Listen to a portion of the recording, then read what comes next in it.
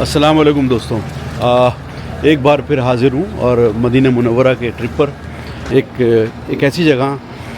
جس تاریخی اعتبار سے اس کی اہمیت یہ ہے کہ جو غزوہ خندق ہوئی تھی، غزوہ خندق میں آپ صلی اللہ علیہ وسلم ایک جگہ 3 دن سجدے میں رہے تھے، اور اس کی بہت ساری ڈیٹیلز ہیں اور بہت ایسا واقعہ ہے جس سے روح جو ہے بہت تر و تازہ ہو جاتی ہے۔ تو میں دعوت دوں گا افضل بھائی کو۔ افضل بھائی آ گئے ہیں اور بتائیں ایک ہلکے جی سید بابا زبیر بھائی، یہ جس مقام پہ ابھی ہم پہنچ رہے ہیں، یہ مقام کی آپ نے بھی کوئی تھوڑی سی گائیڈنس دی ہے، میں اس کی ساری تاریخ اور واقعہ بیان کرتا ہوں۔ آپ سے ہی سنی تھی میں نے۔ جی تو یہ بالکل جو ہمارے پیچھے مسجد نظر آ رہی ہے، اس مسجد کا نام ہے مسجد بنی حرام۔ مسجد بنی حرام، ہاں، اس جگہ پہ اصل میں جابر بن عبداللہ نصار مدینہ ان کا گھر تھا، اور جب خندق کے موقع کے اوپر نبی پاک صلی اللہ علیہ وآلہ وسلم خندق کھود رہے تھے، اور انہوں نے نبی پاک صلی اللہ علیہ وآلہ وسلم کو کہا کہ یا رسول اللہ، میرا ضمیر گوارا نہیں کرتا، آپ نے پیٹ کے اوپر پتھر باندھے ہوئے ہیں، تو میرا گھر قریب ہے، تو میں کھانا نہ بنوا کر لاؤں۔ تو نبی پاک صلی اللہ علیہ وآلہ وسلم نے فرمایا، اے جابر بن عبداللہ نصار، آپ نہیں پورے آ پائیں گے، اتنی بڑی تعداد خندق کھود رہی ہے، 3000 کا لشکر ہے، تو لہٰذا ہمارا بھی ضمیر گوارا نہیں کرتا کہ ہم اکیلے کھائیں، لہٰذا رہنے دیں، جیسے چل رہا ہے اسی طرح چلنے دیں۔ کھجور اور پانی سے گزارا کر رہے تھے پیٹ کے اوپر، اس حد تک کہ نبی پاک صلی اللہ علیہ وآلہ وسلم نے پتھر باندھ کے صحابہ کرام نے دکھایا، یا رسول اللہ، ہم نے پتھر باندھا ہوا ہے۔ صحابہ کرام نے ایک باندھا ہوا تھا، تو حضور نے دو پتھر باندھے ہوئے تھے۔ تو یہ زبیر بھائی جب نبی پاک صلی اللہ علیہ وآلہ وسلم کو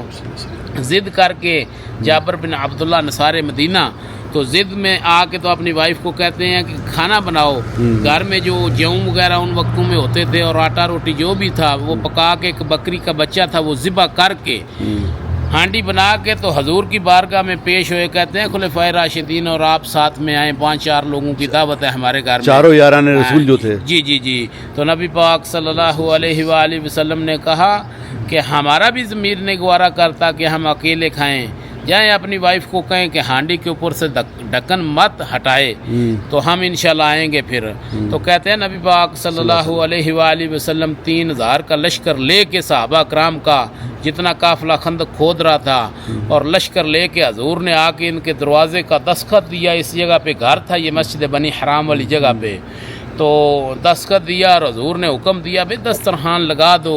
دسترخوان لگا دیے گئے، صحابہ کرام کو نبی پاک صلی اللہ علیہ وآلہ وسلم نے ترتیب سے سب کو بٹھا دیا۔ حضرت جابر بن عبداللہ نصار مدینہ، ان کو حضور نے کہا ہانڈی اٹھا کے لے آؤ۔ جب ہانڈی اٹھا کے لے کے آئے، حضور نے ایک کپڑے کے پردے میں رکھ کے ہانڈی میں بیچ میں اپنا لعاب دین کرایا، اور اسی پردے میں سے حضور اپنے ہاتھوں سے کھانا ڈال کر دے رہے تھے، اور جو جموں کی روٹیاں تھیں ان کو بھی لب مبارک لگایا،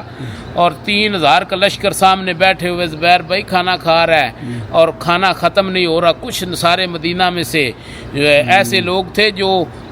یہ سوچ فکر کر رہے تھے کہ اتنی سی ہڈیاں کہ کیا برکت ہوگی اس میں کہ یہ کھانا ختم نہیں ہو رہا۔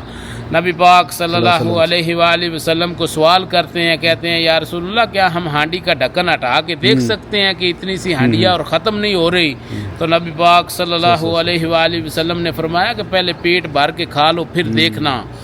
پھر تھوڑی دیر کے بعد، گزرنے کے بعد، صحابہ کرام نے ادھر ارد گرد سوال کیا کوئی بھوکا تو نہیں رہ گیا؟ اس حد تک کہتے ہیں کہ اس محلے میں جتنے بھی اطراف میں گھر وغیرہ تھے، بنی حرام محلہ یہ کہلاتا ہے،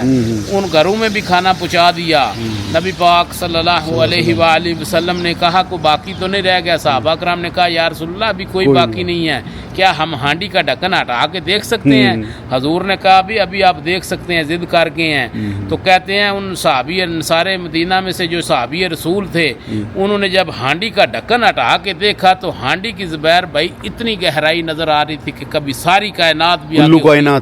کل کائنات بھی ہوتی، سبحان اللہ، کھانا ختم نہیں ہوتا۔